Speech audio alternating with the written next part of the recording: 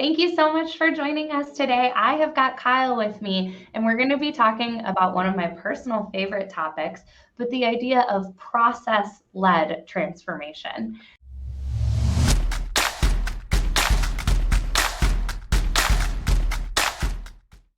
So with that, before we dive into the questions that I have for you, Kyle, can you give everybody a real quick introduction? Yeah, great. Thanks for having me on the show today, Emma.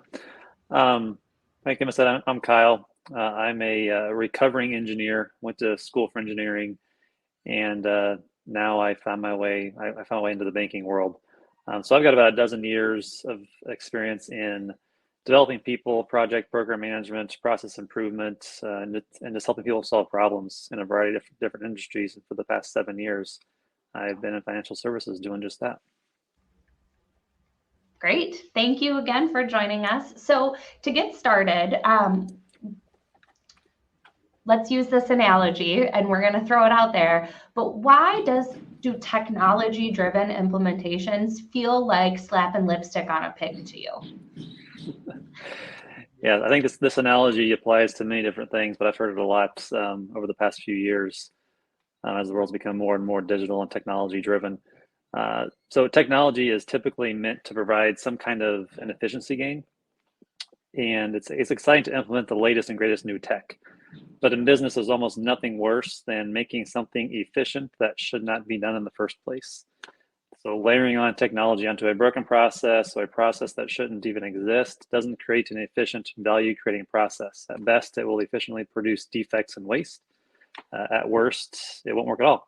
So just like adding lipstick to a pig doesn't turn the pig into anything other than a pig that now has the latest shade of Maybelline lipstick on.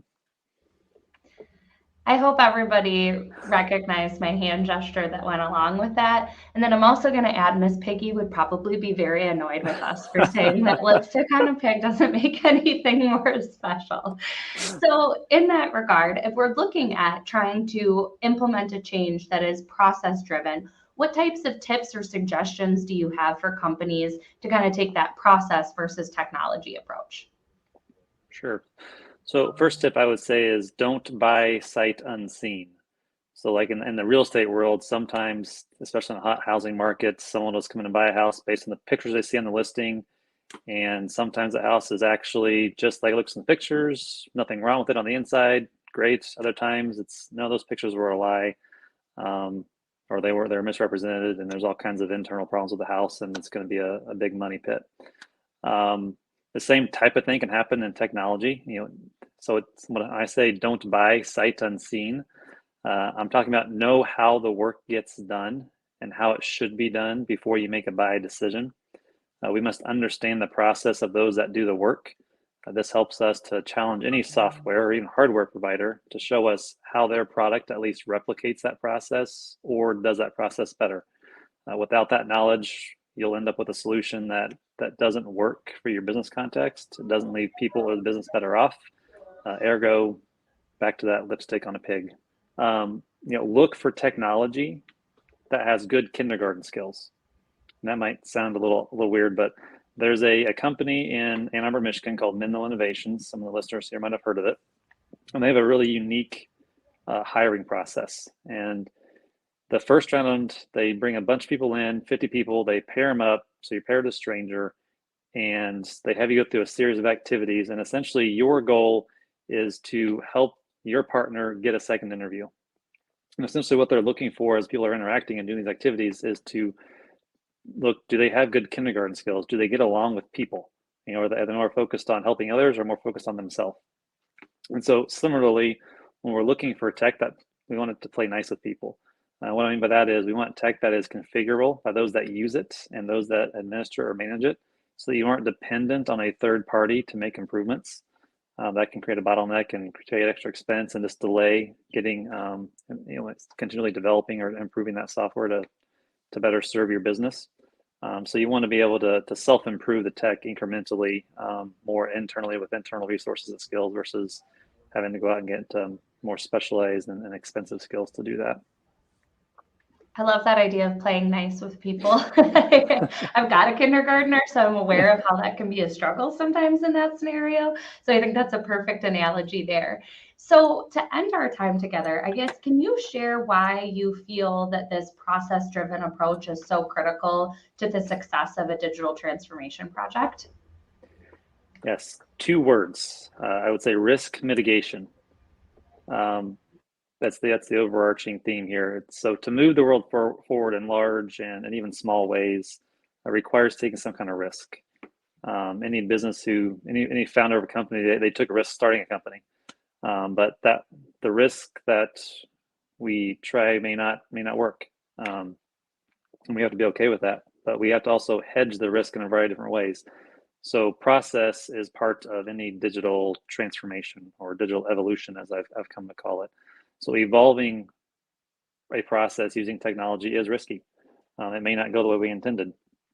So having a thorough understanding of the process helps to reduce the associated risk. It's not a guarantee, but when coupled with other risk management activities, it can drastically reduce the chances of those big misses that can happen with any technology deployments, like paying 11 million bucks to a third party to build and deploy the latest and greatest software as a service, only to later learn that the solution doesn't actually work because it was built based on how the third party would do the work, not how the actual person paying for the software would do the work. Another pitfall that I've seen involves robotic process automation, which is pretty hot these days. It's been marketed as a tool, at least what I've seen, to automate the mundane manual tasks that people might have to do. So it's very useful to be able to automate those so they can free up those people to do more challenging tasks or things that'll help allow them to think more and push things forward. However, to configure software to do the work of a human, not only do we need to know the keystroke level process detail, we need to uncover the information used by that person or by the people to make decisions on what keystrokes and clicks to take in certain situations. And that's quite difficult to get down to that level of detail. But it's absolutely necessary to do that, because without that knowledge, the bot won't work, because it won't have been designed to it will have been designed with incomplete instructions, essentially. Those are really great examples. And I think almost anybody that's been paying attention to the landscape of digital transformation has heard or lived through some of those really high price tag oopsies. And nobody wants to be on that side. And that's why I'm so excited to have other people that are so passionate about the idea of process and people on the front end, and then enabling those things with technology. So I don't want to surround myself in an echo chamber, but I like friends that think the same way that I do. Yeah, and all this requires input from people, engaging people early on and often, especially those who are going to be on the front line. Their work's going to be the work that's automated, or they're going to have to help support this automation. They're critical to the success of that work, and so involving them early and often helps with the change management, helps them with the adoption of it. It doesn't take a little longer up front. Do you actually start on the deployment as soon as you want? No, because everybody wants to snap their fingers and tomorrow we're doing the new stuff. Mm-hmm. But just deploying something for the sake of deploying something isn't necessarily the best way to take, because, like I just said, you could get those really expensive pitfalls where you spend millions to get something put in place that doesn't work, and then you got to spend millions to undo it and fix it. So there can be some significant there are some significant bottom line impacts that can happen by rushing these things along. Well, thank you so much for joining me for the conversation, Kyle. If you're not already, make sure you make your way over to his LinkedIn and follow him there. Get connected. That's how we got connected. It's great to make more friends. So go there, follow him, and thank you so much for joining us. And thank you for your time, Kyle. And have a wonderful day, everyone. Yeah, thanks for having me on.